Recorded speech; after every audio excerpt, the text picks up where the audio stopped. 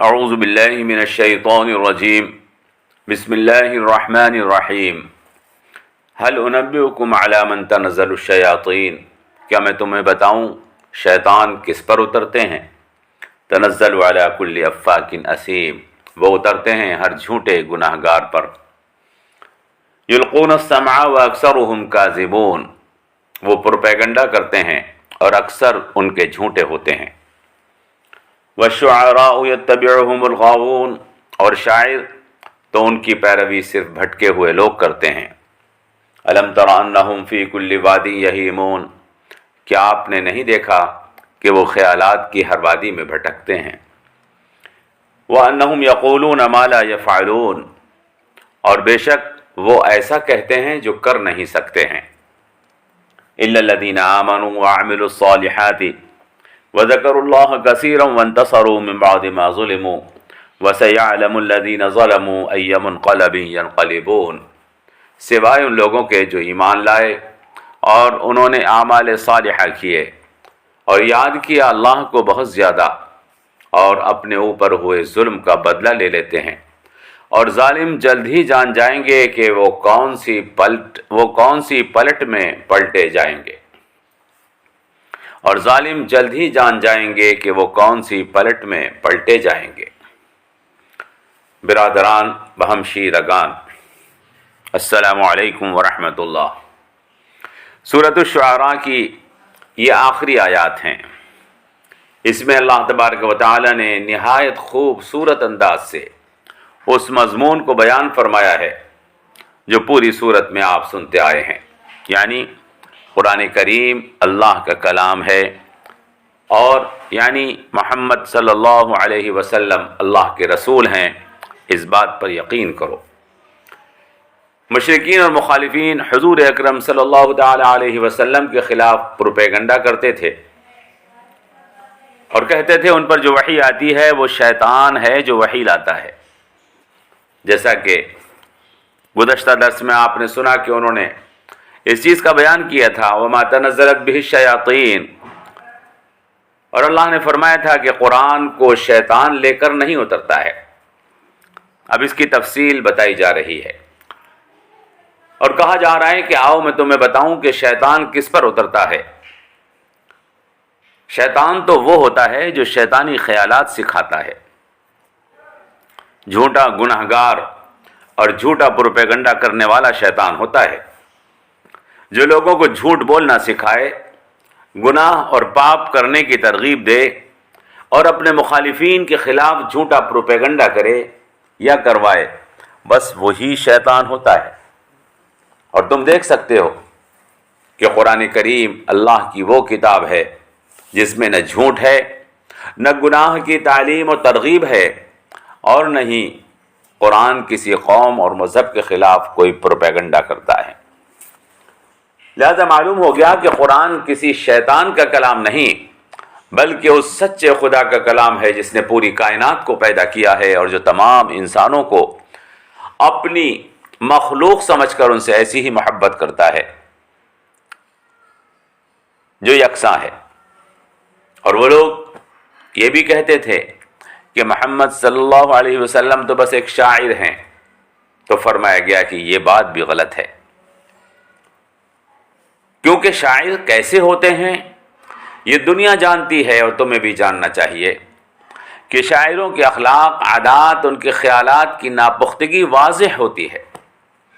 محمد صلی اللہ علیہ وسلم اور شاعروں کے مزاج میں اور کلام میں جو فرق ہے وہ روز روشن کی طرح سے واضح ہے۔ محمد صلی اللہ علیہ وسلم کے مزاج میں سنجیدگی ہے، خیالات میں پختگی ہے، کردار میں پاکیزگی ہے، اور تعلیمات کے اندر انسانوں کے ساتھ ہمدردی اور خیرخواہی ہے، جبکہ شاعروں کے مزاج میں شوخی ہوتی ہے، خیالات میں عشق بازی ہوتی ہے، کردار میں آوارگی ہوتی ہے، اور ان کی تعلیمات میں لالچ اور حب جاہ ہوتی ہے۔ محمد صلی اللہ علیہ وسلم عبادت گزار ہیں، معاملات میں دیانتدار ہیں، بول چال میں نرم گفتار ہیں، جبکہ شاعروں کا مزاج اس کے خلاف ہوتا ہے۔ ان میں شراب اور کباب ہوتا ہے، ان کی راتیں شہوانی خیالات کو بیان کرنے کے لیے ہوتی ہیں، ان کے تعلقات موج اور مستی کے لیے ہوتے ہیں، ان کی زبان لفظوں کا کھیل کھیلنے کے لیے استعمال ہوتی ہے۔ محمد صلی اللہ علیہ وسلم اپنی زندگی کا ایک مقصد متعین کیا ہے، ان کا ایک نصب العین ہے، زندگی کا ایک مقصد ہے۔ وہ پوری انسانیت کی نجات کی فکر میں سرگرداں ہیں، برخلاف ان کے شاعر نصب العین اور مقصدیت سے دور ایک بے راہ زندگی بسر کرتے ہیں۔ قرآن کریم فرماتا ہے وَالشُّعَرَاءُ يَتَّبِعُهُمُ الْغَاوُونَ، شاعروں کا حال دیکھو، ان کے پیروکار اکثر وہی لوگ ہوتے ہیں جو مقصد سے اور مقصدیت سے دور منزل میں بھٹکے ہوئے ہوتے ہیں، اور یہ شاعر ہی ہیں جو خیالات کی وادیوں میں بھٹکتے ہیں، خیالی باتیں بناتے ہیں، ایسی باتیں کہتے چلے جاتے ہیں جن کو پورا نہیں کر سکتے، وَأَنَّهُمْ يَقُولُونَ مَا لَا يَفْعَلُونَ۔ اور محمد صلی اللہ علیہ وسلم ان کی پوری زندگی گواہ ہے، وہ خیالی باتیں نہیں کرتے بلکہ جو کہتے ہیں اس کو میدان عمل میں پورا کر کے دکھاتے ہیں۔ اور ان کے پیروکاروں کو بھی دیکھو، وہ ایسے لوگ ہیں جو عملی کردار کے حامل ہیں۔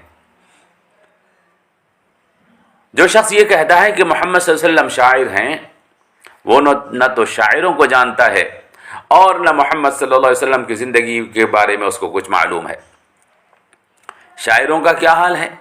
ان کا حال تو یہ ہے کہ ان کی ہر غزل، ہر نظم نئے مضمون کو بیان کرتی ہے۔ وہ جو سوچنے لگتے ہیں اس کو شعر بنا دیتے ہیں، کبھی کسی کی مخالفت میں بولنے لگتے ہیں تو اس کی ہجو کرتے ہیں، اس کو فرعون اور شیطان ثابت کر دیتے ہیں، اور اگر کبھی اس شخص سے خوش ہو جائیں اس کی داد و دہش سے تو اس کی تعریف کے لیے پل باندھ دیتے ہیں اور اس کو فرشتہ اور خیر کا پیکر قرار دے دیتے ہیں۔ خیالات کی کوئی لہر اٹھی تو حکمت اور موعظت کی باتیں شعروں میں کہنے لگتے ہیں، اور کبھی کوئی پنک چڑھی تو انتہائی گندے اور عشقی اشعار کہنے لگتے ہیں۔ کبھی خوش ہوئے تو ظالم کو کریم کہتے ہیں، اور کبھی ناراض ہوئے تو کریم کو ظالم بتانے لگتے ہیں۔ قرآن کو شعر کہنے والے اور محمد صلی اللہ علیہ وسلم کو شاعر بتانے والے قرآن کو اور محمد صلی اللہ علیہ وسلم کی زندگی کو دیکھیں اور شاعری اور شاعروں کے حالات کو جاننے کی کوشش کریں تو انہیں معلوم ہوگا، زمین اور آسمان کا فرق دونوں میں نظر آئے گا۔ اس سے زیادہ غلط اور جھوٹی بات کوئی نہیں ہو سکتی کہ قرآن شعر ہے اور محمد صلی اللہ علیہ وسلم شاعر ہیں۔ اسی لیے قرآن کریم میں اللہ نے فرمایا کہ وَمَا عَلَّمْنَاهُ الشِّعْرَ وَمَا يَنبَغِي لَهُ، نہ ہم نے ان کو شعر سکھایا ہے اور شعر ان کی شان کے مناسب بھی نہیں ہے۔ حدیث میں آیا ہے محمد صلی اللہ علیہ وسلم کو تو شعر یاد بھی نہیں رہتے تھے۔ اور یہ ایک سچائی ہے کہ جو لوگ محمد صلی اللہ علیہ وسلم اور قرآن کریم کو جانتے ہیں وہ جانتے ہیں کہ قرآن ایک کلام ہدایت ہے، وہ شعر نہیں ہے، اور محمد صلی اللہ علیہ وسلم انسانیت کے لیے ہادی اعظم ہیں، وہ شاعر نہیں ہیں۔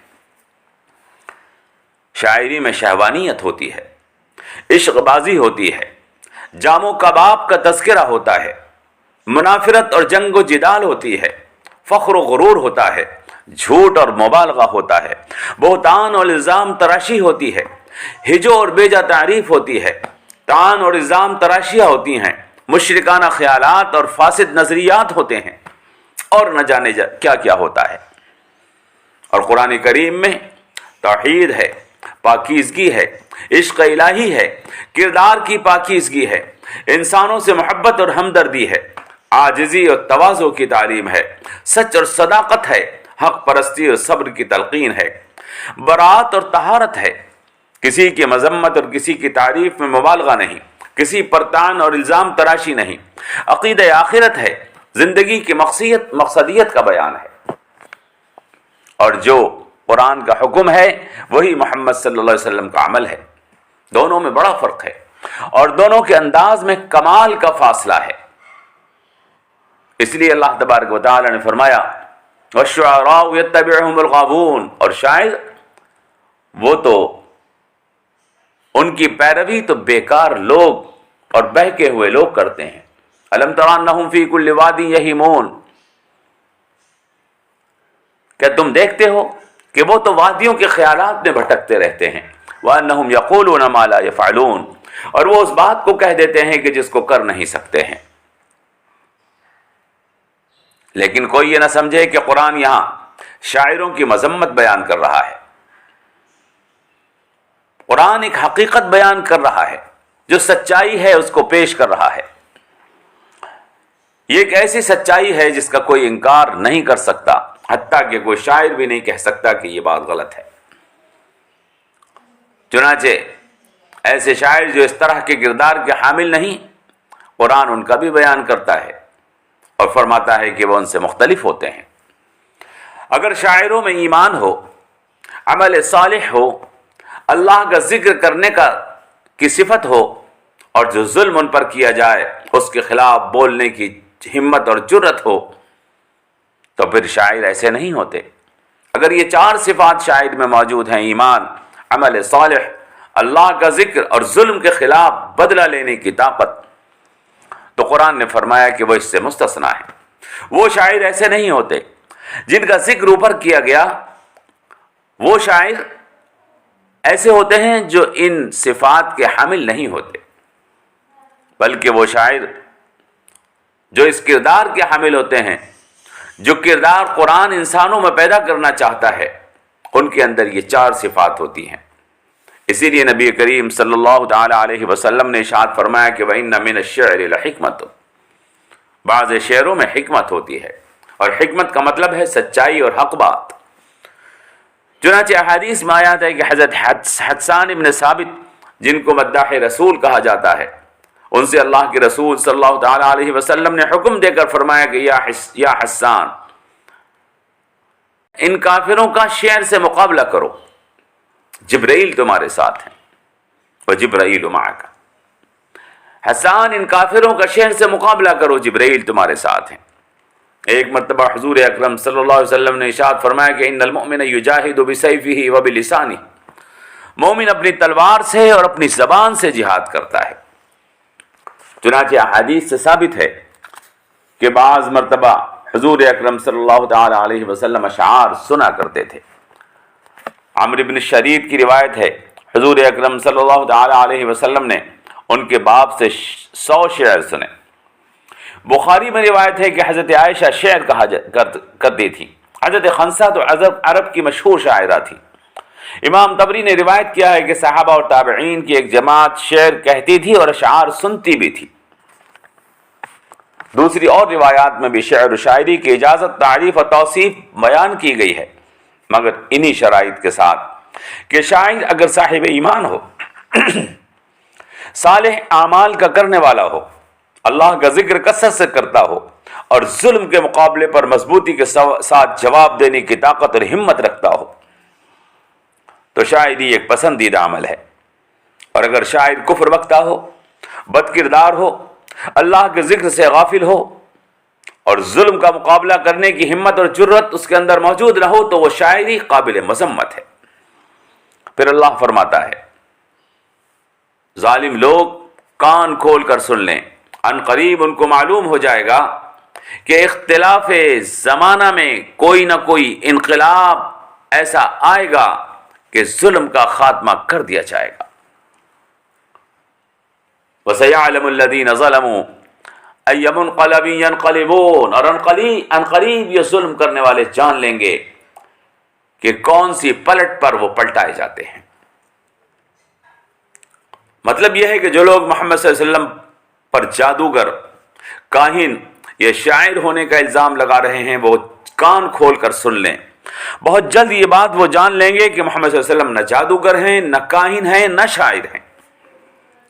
جادوگروں کا، کاہنوں کا اور شاعروں کا نام و نشان مٹ جایا کرتا ہے، اور محمد صلی اللہ علیہ وسلم کا کلام اور نام اور آپ کا پیغام باقی رہے گا، اور زمانہ ثابت کر دے گا کہ یہ نہ جادوگری ہے نہ شاعری ہے۔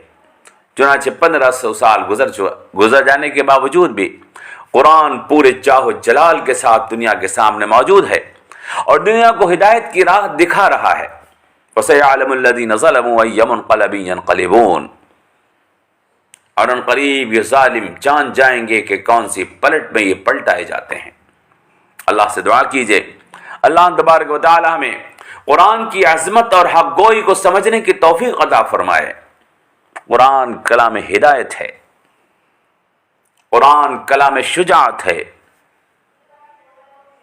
قرآن کلام الہی ہے۔ اس کے راستے پر چل کر آدمی اس منزل کو پہنچتا ہے جس میں نجات ہے۔ اللہ تبارک و تعالیٰ میں قرآن کریم کے مرتبے اور مقام کو سمجھنے کی توفیق عطا فرمائے۔ والسلام علیکم ورحمۃ اللہ وبرکاتہ۔